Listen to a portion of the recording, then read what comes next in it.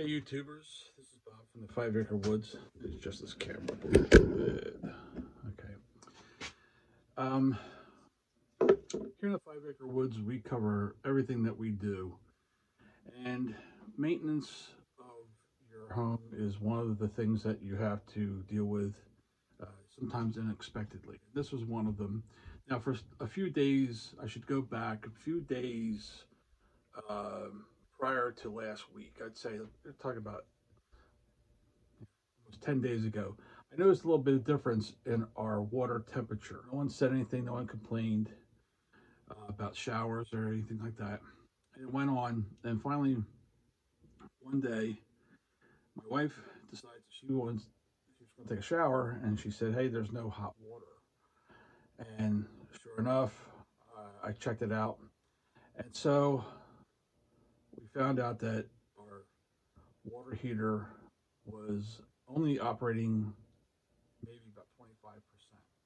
Now, we don't have a typical hot water heater. Now, we don't have natural gas where we are. We have electric, oil, or propane. We chose electric for our hot water. Previously, the owner to this home had a hot water system that was oil fired.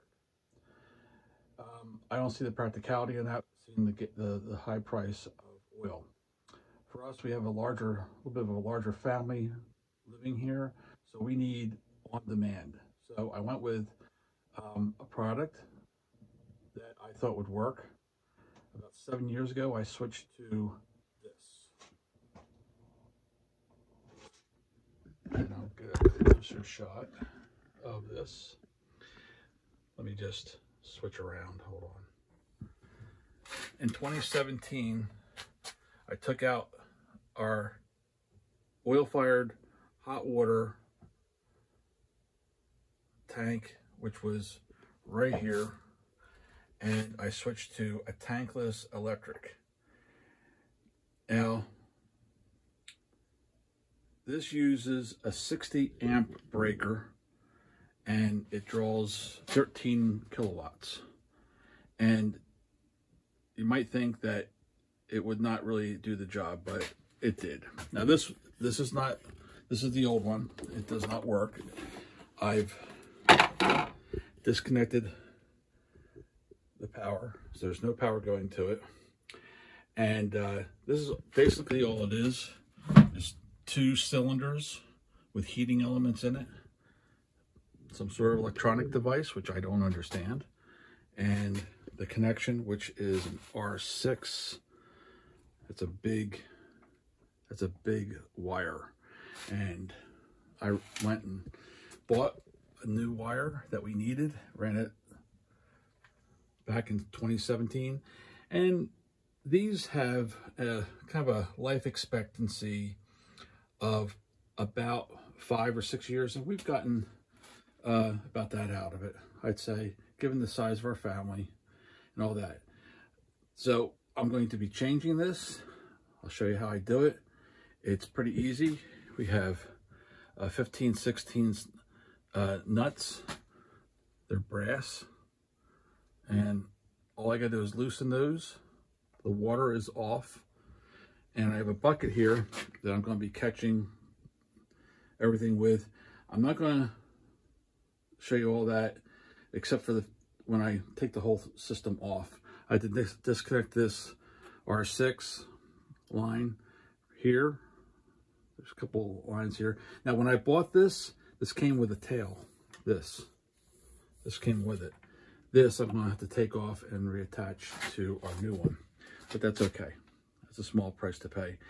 And also, I bought it online, and I bought it from not a dealer, but an eBay seller, and I got a good price. Now you can see a little bit here that this is leaking. That probably has something to do with it. It probably shorted out inside there. So this is probably the problem one. This has the water dripping there. This one is dry. That one was performing a little bit, you know, it would come on, but it's just not enough. When this thing cranks, it really does well. There's a lot of power in this little little section. This whole thing is only about 12 inches high by about 8 inches wide.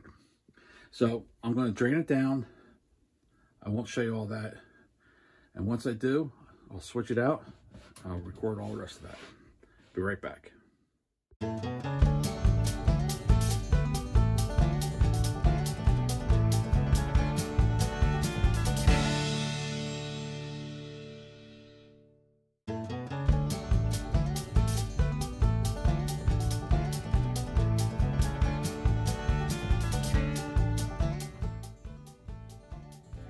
I'm going to put this back together. Same compression fittings.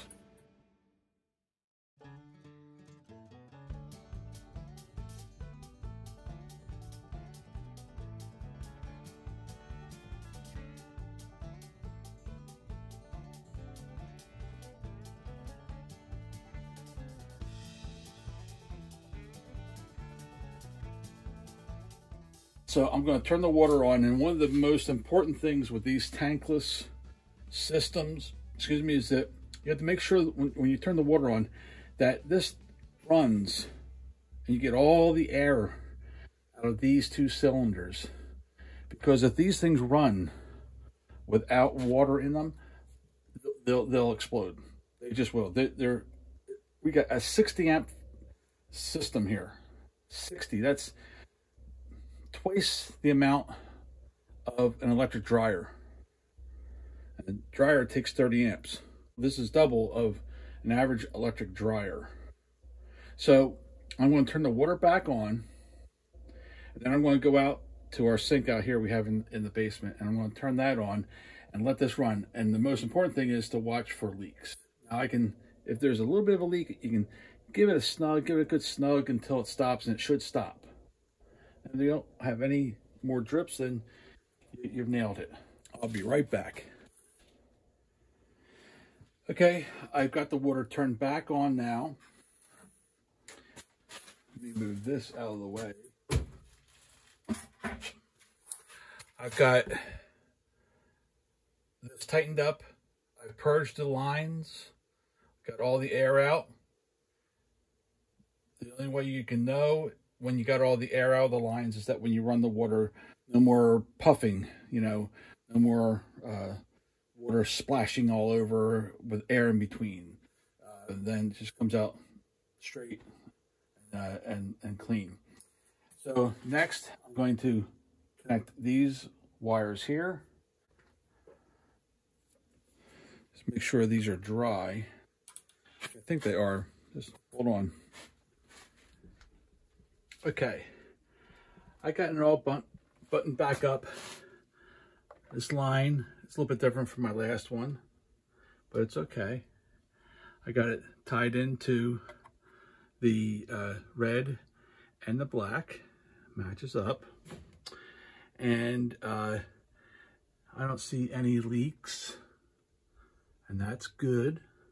Even from the unit itself, you got to check that too, make sure there's no leaks. If so, you gotta send it back.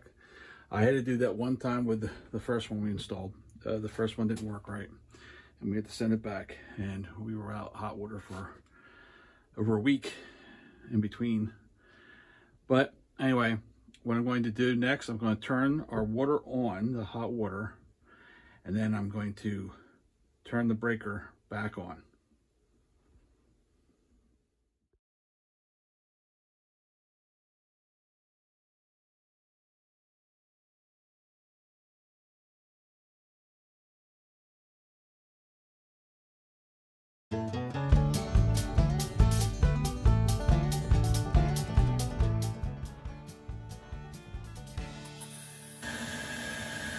My well pump just came on. And the max, I believe, is 140.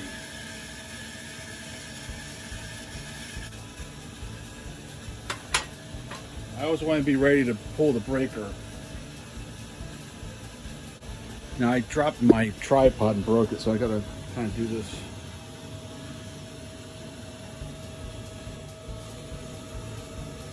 Going back down to 80 and see if that makes a difference. Okay, that's 80.